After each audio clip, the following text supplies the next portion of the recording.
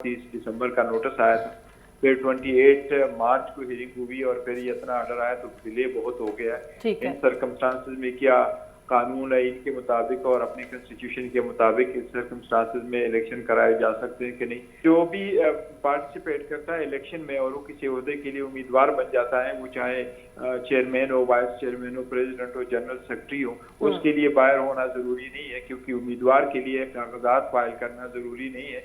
उसके लिए पार्टी का जो भी नुमाइंदा होता है वो उसको प्रपोज और सेकंड करता है, उसके मुताबिक एप्लीकेशन फाइल करने होते हैं। गौर साहब बहुत शुक्रिया आपका। बैरिस्टर साहब फरमाइएगा, ये इलेक्शन की तरफ से एक टाइम फ्रेम प्रोवाइड किया गया है पीटीआई को, कि इसके पीछे आपको लगता है कि कोई खास मकासद है या आप इसको चैलेंज करेंगे या फिर अकॉर्डिंगली चलेंगे आप?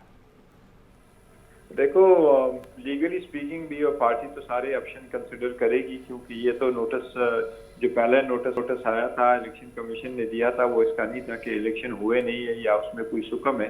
इलेक्शन कमीशन का नोटिस फकत इतना था कि डेफिशिएंसीज है डॉक्यूमेंट्स थे, और उन्होंने कहा जी कि फॉर्म 65 नहीं है और वो नोटिफिकेशन जो है पार्टी लेटर हिट करनी है, इस किस्म के से ये शुरू हो गया था और 30 दिसंबर का नोटिस आया था।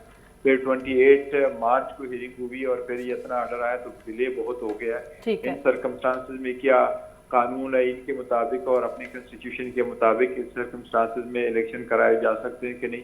लेकिन सीरियसली सोच रहे हैं कि इलेक्शन भी करें और सीरियसली ये भी सोच रहे हैं कि इसको हाई कोर्ट में चैलेंज करें, क्योंकि ऑर्डर जो है वो आईन और कानून के मुताबिक नहीं है। हमारे इलेक्शन हो चुके थे और देयर वाज नो रीजन कि हम दोबारा इलेक्शन करें। बैरिस्टर साहब, एक सवाल मैं भी करना चाहूँगा, ये बताइए क्या ये कानून में पॉसिबल है कि चेयरमैन पीटीआई जेल में रहकर इस इलेक्शन में हिस्सा ले सकें, आपके इंट्रा पार्टी इलेक्शन में? देखिए, जो भी पार्टिसिपेट करता है इलेक्शन में और वो किसी ओहदे के लिए उम्मीदवार बन जाता है, वो चाहे चेयरमैन हो, वाइस चेयरमैन हो, प्रेसिडेंट हो, जनरल सेक्रेटरी हो, उसके लिए बाहर होना जरूरी नहीं है, क्योंकि उम्मीदवार के लिए कागजात फाइल करना जरूरी नहीं है। उसके लिए पार्टी का जो भी नुमाइंदा होता है वो उसको प्रपोज और सेकंड करता है, उसके मुताबिक एप्लीकेशन फाइल करने होते हैं। जिस तरह किसी एमएनए, एमपीए या सेनेटर के लिए होना जरूरी नहीं है, उसके लिए दस्तखत सारा कुछ जो है वो करता है, आपकी प्रपोजर करते हैं। तो ये अगर जेल में भी कोई है तो इलेक्शन हो सकते हैं और इलेक्शन कंटेस्ट कर सकता है, लेकिन ये पार्टी फैसला अब आगे करेगी कि क्या इलेक्शन वाकई कराने या हमने सिर्फ हाई कोर्ट में चैलेंज करना है।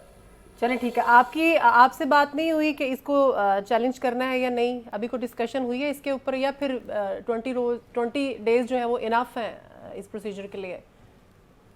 यस, अगर कराने हुए तो हम इंशाल्लाह ताला कोशिश कर सकते हैं, हम अरेंज कर सकते हैं। हमारे पीटीआई के जो हमारे पास रजिस्टर्ड वोटर थे वो हमारा प्रोबेबली द ओनली पार्टी है, हमारे पास पूरा रिकॉर्ड है। पहले 27 लाख हमारे रजिस्टर्ड थे और फिर 35 लाख तक जा चुके हैं, और हमारे पास जो एक ऑनलाइन किस्म का सिस्टम है वो भी अवेलेबल है।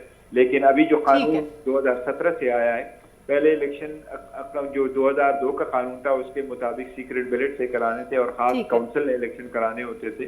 2017 के कानून के मुताबिक सारे पॉलिटिकल पार्टी वर्कर जो है वो आपके इलेक्टोरल कॉलेज है, उसमें जो भी मौजूद हो तो वो लोग पार्टिसिपेट करते हैं।